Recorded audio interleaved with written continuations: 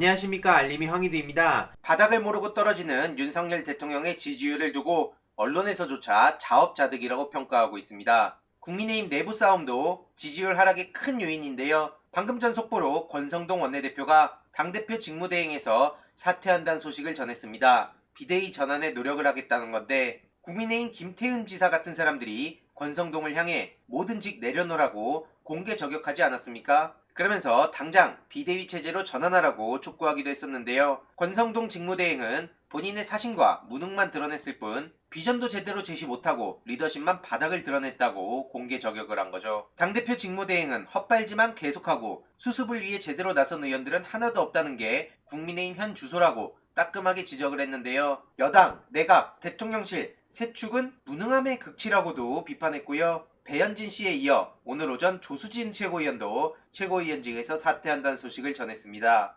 이로써 비대위 체제로의 전환도 한층 속도를 낼 것으로 보인다는 분석이 많이 나오고 있습니다. 비대위로 가려면 최고위 전원이 사퇴해야 한다는 기존 입장을 분명히 하기도 했는데, 이만큼 부끄러운 정부 여당이 어디 있습니까? 이외로도 김건희 씨도 구속해야 된다, 이준석 당대표 출마 못하게 막는 거 아니냐, 이런 반응들도 나오고 있는데요. 오늘 오전 이준석 대표가 이런 식으로 페이스북에 또 글을 남겼죠. 친윤 세력을 직격한 거 아니냐는 분석이 나오고 있는데, 양의 머리 걸고 개고기 팔지 말라 했더니 이젠 개머리 걸고 개고기 팔기 시작하려는 것 같다. 조수진 최고위원직 사퇴와 비대위 전환 논란 등에 대해서 당권에, 탐욕에 제정신을 못 차린다고 목소리를 높인 거죠. 물론 이준석 대표 또한 비판을 피해갈 수 없는 사람이죠. 본격적으로 국민의힘 내부 권력 다툼이 시작된 것으로 보이고요. 이런 와중에 안철수가 또 안철수했네요. 딸 만나러 여름 휴가 겸 미국에 갔다는 단독 보도가 나왔습니다. 어제 부인 김미경 씨와 미국에 갔다고 하는데, 늦어도 다음 주 주말 전 한국으로 돌아올 계획이라고 합니다. 중요한 건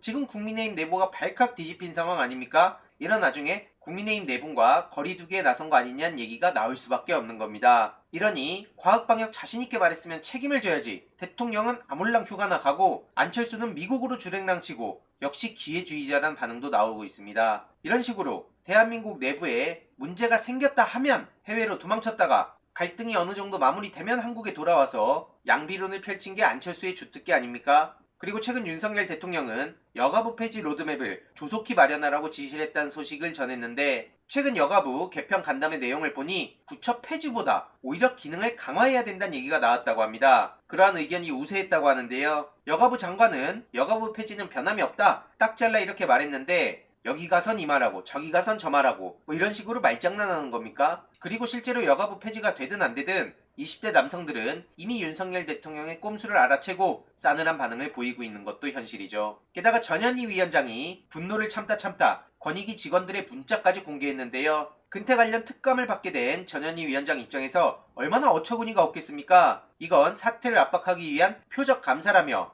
임기를 마칠 때까지 자리를 지키겠다는 뜻을 다시 한번 밝혔고요. 전현희 위원장이 공유한 직원 문자 메시지는 총 17건이라고 합니다. 내용을 보시면 이렇게 밤낮으로 일하는 기관장은 처음이다. 장거리 지방 출장 후에도 쉬지도 않고 곧바로 출근해서 열심히 일한 걸 모든 권익위 직원들이 알고 있다. 근무 태도에 문제가 없었다는 취지의 내용이 담겨 있고요. 억울하게 근태 문제로 매도당하는 게 너무 안타깝다. 열심히 일했던 것뿐인데 황당한 일을 겪게 됐다. 감사원의 권익위 표적 감사에 너무 화가 난다. 그러면서 감사원 감사를 비판하는 지적도 이어지고 있습니다. 잘 이겨내야 권익위의 독립성과 위상이 지켜진다 등 끝까지 자리를 지켜달란 당부도 있었고요. 이와 관련해서도 어떻게 진행되는지 계속 소식 전해드릴 예정이고, 어제 말씀드렸던 학제 개편 논란도 점점 더 커져가고 있습니다. 전국사립유치원에는 윤석열 정부의 판단에 강력 규탄하며 야당과 대국민 투쟁을 하겠다, 7세 취약 대선 공약했다면 윤석열 지지 안 했을 거다, 이런 입장을 보이고 있는데, 애초에 윤석열이 저런 사람인 줄 대부분 알지 않았습니까? 후회해도 이미 늦었다 생각하지만 어쨌든 문제는 해결해야 하니 추가적인 소식 계속 전해드리도록 하겠습니다. 이번 내용도 유익했다면 구독, 좋아요, 알림 설정,